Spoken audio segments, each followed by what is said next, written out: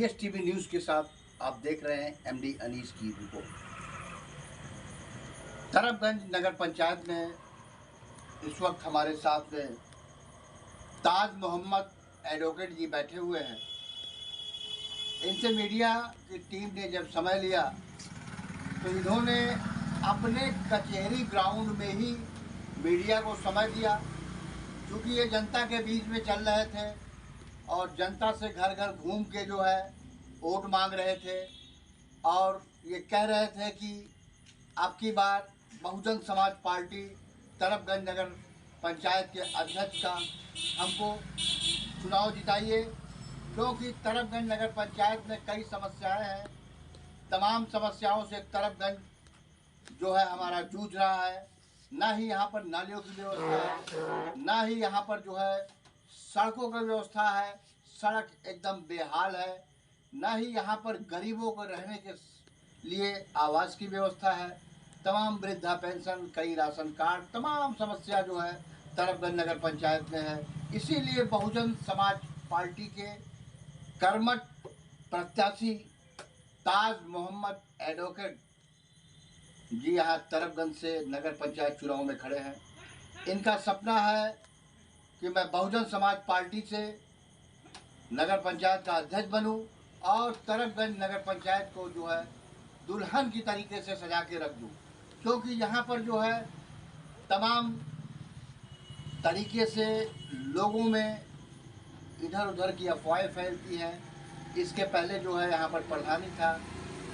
2023 में जो है नगर पंचायत तरफगंज हुआ, इसमें कई दावेदार खड़े हुए। भारतीय जनता पार्टी खड़ी हुई, समाजवादी पार्टी खड़ी हुई, कांग्रेस खड़ी हुई और सभी ने अपने अपने दावे पेश किए, लेकिन सब दावों में इनका एक अलग अथक प्रयास है। अथक प्रयास में ये है कि तरफगंज के विकास की तरफ ले जाने के लिए ये भली भांत तरीके से ले जा रहे हैं और तरफगंज की जनता से कह रहे हैं कि यहाँ पर हमको बहुजन समाज पार्टी का उम्मीदवार आप यहाँ पर अध्यक्ष पद के लिए बनाइए और मैं यहाँ से सबके विकास, सबका साथ बराबर करता रहूँगा। हमारे साथ में ताज मोहम्मद एडवोकेट भी बैठे हुए हैं। आइए लीजिए हम इनसे बात करते हैं।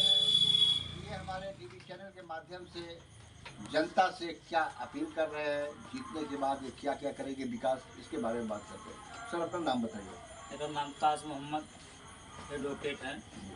मैं तहसील तरफगंज में 15 वर्षों से लगातार प्रैक्टिस कर रहा हूं और अपने यहाँ इस बार नवगठित नगर पंचायत तरफगंज हुई है और हमारे यहाँ पर तरफगंज में सिर्फ एक जात विशेष के लोगों का दबदबा रहा है। वो लोग यहाँ पर लोगों के दबाव में राजनीति करते हैं, ज़बरदस्ती वोट लेते हैं, लोगों को मार कर वोट लेते हैं, पैसा देकर वोट लेते हैं, खरीदने का काम करते हैं, मुर्गा देते हैं और दारू देते हैं।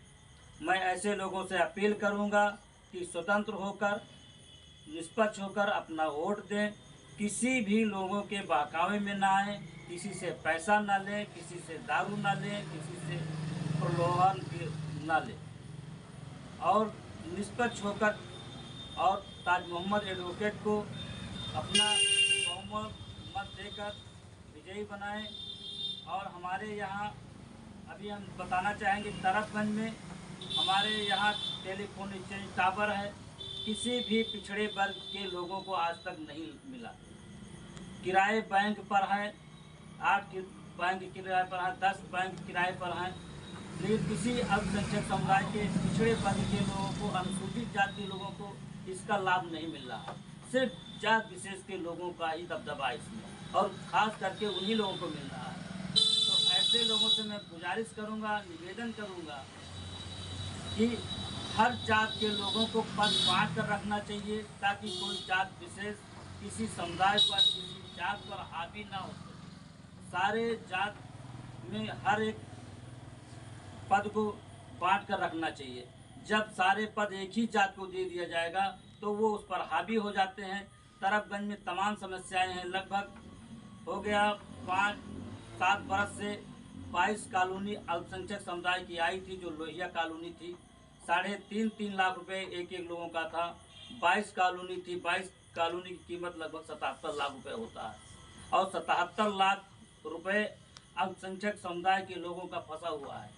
इसके चाहे पूर्व प्रधान रहे हो, चाहे यहाँ के कोई पदाधिकारी रहे हो, किसी ने ध्यान नहीं दिया कि अल्पसंख्यक समुदाय के लोगों का 77 लाख रुपया फंसा हुआ है। इन लोगों को कैसे दिलाया जाए, कैसे मिलेगा, इस पर किसी ने आज तक बात ही नहीं किया। मेरे अल्पसंख्यक समुदाय के लोगों के बारे में सरकारी ज़मीनें हैं, लोगों ने कब्जा कर लिया है, उसको खाली कराना चाहिए। उसके बारे में एक लोग जो हावी हो चुके हैं समाज पर, उन्हीं के द्वारा गरीब लोगों का नींव नहीं भरने देते हैं, उस ज़मीन पर कब्जा कर रहे हैं।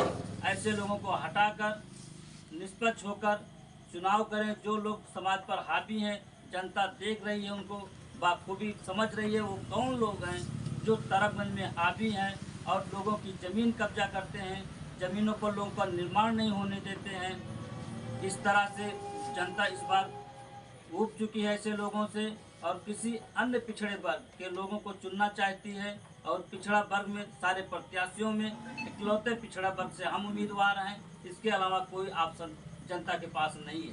चुनाव आयोग इतना सख्त है, भारत सरकार हमारा इतना सख्त है कि अगर चुनाव में कोई दखलंदाजी करेगा या चुनाव में कोई बेईमानी करेगा या पैसा बांटेगा तो उसके लिए तत्काल प्रभाव से हमारा भारत सरकार और चुनाव आयोग उसके ऊपर कार्रवाई करेगा।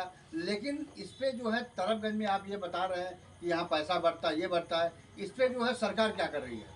अब सरकार रात में बढ़ता है, 12 बजे रात के बाद बढ़ता है, सुबह 5 बजे बढ़ता है, तो इसको सरकार कितना तक, जब तक जनता जागरूक नहीं होगी इस मामले में, तब तक सरकार कहाँ लोगों को एक लोगों को रखा पाएगी। जनता जब जागरूक होगी, जब हमारे कार्यपालिका माननीय डॉक्टर भीमराव अम्बेडकर साहब ने संविधान लागू किया तो उसमें भी 3 खंड बनाया, कार्यपालिका, न्यायपालिका और विधायिका, कि सारी शक्तियां एक लोग में समाहित न की जाए। यदि सारी शक्तियां एक लोगों में समाहित कर दी जा रही हैं तो वो समाज को हावी होगा, हर जगह प्रभावित करेगा। इसलिए हर चीज़ को बांट कर रखना चाहिए। केंद्र में देखिए भाजपा की सरकार है, यूपी में भी भाजपा की सरकार है, डबल इंजन की सरकार चल रही है, लेकिन भाजपा कह रही है कि तरफगंज में जो है कमल का फूल खिलेगा, तरफगंज में जो है ट्रिपल इंजन की सरकार बनेगी। इस पे आप क्या कह रहे हैं? अब जनता देख रही है कितना इस वक्त लोगों पर हो रहा है, लोगों को गोली मारी है। पुलिस की अपेक्षा में लोग जब सुरक्षित नहीं है, पुलिस के साथ साथ लोग 10-10 लोग सिक्योरिटी गार्ड लगे हुए हैं, दूसरे लोग आते हैं, बदमाश लोग पुलिस के बीच में हलकर गोली मार देते हैं, तो कैसे लोग सुरक्षित कैसे महसूस करें? जो सिक्योरिटी गार्ड के बीच में सुरक्षित नहीं महसूस कर रहे हैं तो आम जनता कहाँ महसूस कर रही है? ये सिर्फ कहने की हवा ये, बाकी कुछ कोई सुरक्षा नहीं है। सदन में योगी जी कह रहे हैं कि जो है माफियाओं को मैं मिट्टी में मिला दूंगा, सरकारी ज़मीनों को जो कब्जा कर रहा है उसके ऊपर बुलडोजर चलवाऊंगा। बुलडोजर बाबा के नाम से ये मशहूर हो गए हैं, आप इसके बारे में क्या कह रहे हैं? वो सिर्फ बाबा का कहने के लिए है, सिर्फ एक समुदाय को टारगेट किया जा रहा है। आप रोड से लेकर चले जाइए, जितने हम कहना चाहते हैं आपके माध्यम से बताना चाहेंगे, अगर बुलडोजर किसी ग्राम सभा में एक व्यक्ति के खिलाफ चलता है तो जो कर्मचारी उस बुलडोजर को लेकर जाते हैं गिराने के लिए, उस कर्मचारी द्वारा एफिडेविट देना चाहिए कि इस ग्राम सभा में इसके अलावा कोई सरकारी ज़मीन पर कोई अवैध निर्माण, अवैध कब्जा नहीं है, तब किसी का मकान गिरना चाहिए। नहीं जो विपक्षी होता है उसका मकान गिरा दिया जाता है और जो समाज पर हावी होता है उसके खिलाफ कार्रवाई नहीं होती है। और जो कर्मचारी आज से अगर कोई बुलडोजर लेके आते हैं, किसी का मकान खाली कराते हैं, किसी का मकान गिराते हैं, तो मैं ये बताना चाहूँगा कि जो उस अधिकारी को एफिडेविट देना चाहिए कि इस ग्राम सभा में इसके बाद में किसी सरकारी ज़मीन पर कोई अतिक्रमण नहीं है, तब किसी का मकान गिरना चाहिए। किसी एक व्यक्ति के खिलाफ भी अतिक्रमण की कार्रवाई नहीं होना चाहिए, पूरे ग्राम सभा में ये चीज़ होनी चाहिए। योगी जी सदन में कह रहे हैं समाजवादी पार्टी की जो है टोपी वो खून से रंगी हुई है, इसका मतलब समाजवादी को वो सीधा निशाने पे ले रहे हैं कि आतंकवादी है। इस पे आप क्या कह रहे हैं? अब खून पे तो योगी जी का भी हाथ रंगा हुआ है, उनके खिलाफ भी कितनी कार्रवाई हुई है, कितनी FIR थी योगी जी के खिलाफ। अब सरकार में है तो इस वक्त सारी कार्रवाई रुकी हुई है। भाजपा की सरकार को हारने के बाद में जनता के सामने तब पता लगेगा कि कितने करप्शन, कितने भ्रष्टाचार योगी के कार्यकाल में हुआ है। ये सरकार बदलने के बाद पता लगेगा। सरकार भाजपा की बदली जाए तब लोगों को, जनता को देखा जाए कि कितने लोगों ने कितना भ्रष्टाचार किया है। देखिए, योगी जी का जो शासनकाल है वो केंद्र में भी है, यूपी में भी है। लगातार योगी जी का कहना है कि जनता का विकास कर रहे हैं और गरीबों को जो है 5 किलो राशन, एक महीने में 2-2 बार राशन दे रहे हैं। जबकि लगातार जो है ये विद्या कन्या धन, मतलब तमाम सरकारी व्यवस्था जो है योगी जी कह रहे हैं कि मैं दे रहा हूँ। इसके बारे में क्या कर रहे हैं? 5 किलो गल्ला किसी को दे रहे हैं, उस किसान से पूछिए जो रात भर खेतों में रखा कर अपना 1 एकड़ जमीन बचाने के लिए आप 25 कुंटल गेहूं बचाने के चक्कर में कम से कम इस वक्त उसको 25,000 रुपये लगाना पड़ रहा है। सरकार से मैं पूछना चाहता हूं कि एक लावारिस गाय, पहली गाय की वो सुरक्षा नहीं कर सकते हैं तो आम जनता की क्या सुरक्षा करेंगे? आज तक उनसे एक जानवर संभाले नहीं संभाल रहा है तो दूसरे लोग कौन संभालेंगे उनसे? सिर्फ एक समस्या मैं जानना चाहता हूँ कि आज लावारिस गांव को उन्होंने क्यों नहीं संभाल सके आज तक पूरे उत्तर प्रदेश में? ये डिवाइडर पे, जो रोड पे डिवाइडर बना था उसपे सांड बैठते हैं, उसके बारे में क्या कर रहे हैं? जहाँ गौशाला नहीं है, गौशाला में उनको पकड़ के रखना चाहिए। रोड पे लोग चलते हैं, सांड उठा के फेंक देते हैं, वो तुरंत मर जाते हैं। इसके बारे में क्या कर रहे हैं? मैं कहना चाहूँगा कि जितने आज तक एक्सीडेंट सांड से हुए हैं, पहली गाय से हुए हैं, हर जिले को उसको प्रकाशित करना चाहिए कि हमारे जिले में कुल कितने हत्याएं, कितने इस तरह से हुए हैं जो लावारिस गांव से आज तक मर्डर हुए, उसको सार्वजनिक किया जाए। हमारे टीवी चैनल के माध्यम से आप जनता से क्या अपील कर रहे हैं? आपका चुनाव चिन्ह क्या है?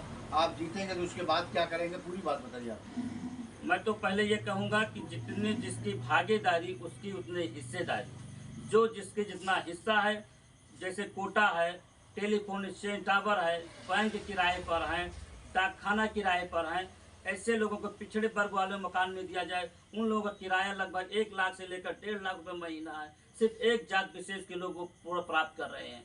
आप देखिए, जितने भी सरकारी ज़मीन का ठेका होता है, जितने भी आप टेंडर होता है, हमारे तरफगंज में किसी पिछड़े वर्ग को, किसी अल्पसंख्यक समुदाय को, किसी अनुसूचित जात को आज तक किसी को ठेका 10 लाख से अधिक का मिला हो तो ऐसे लोगों को नाम लिस्ट में सूचित करें कि कितने लोगों को पिछड़े वर्ग को दिया गया, कितने अनुसूचित जात को दिया गया, कितने अल्पसंख्यक समुदाय को दिया गया। सिर्फ एक जात विशेष के लोगों को दिया जा रहा है, बस। ऐसा क्यों हो रहा है? यहाँ पर तरफगंज नगर पंचायत में जो है ताज मोहम्मद एडवोकेट जी खड़े हैं। इनका कहना है कि अगर मैं जीतूंगा तो जनता के प्रति जो है सारा कार्य करूंगा। इनका जो है चुनाव चिन्ह हाथी है और इनका कहना है कि हाथी पे जो है जनता मोहर लगाए, मोहर लगाने के बाद इनको विजयी बनावे और विजयी बनाने के बाद जो है तरफगंज का जो है जितने विकास के कार्य को है वो हमसे ले। मैं CDS TV न्यूज़ MD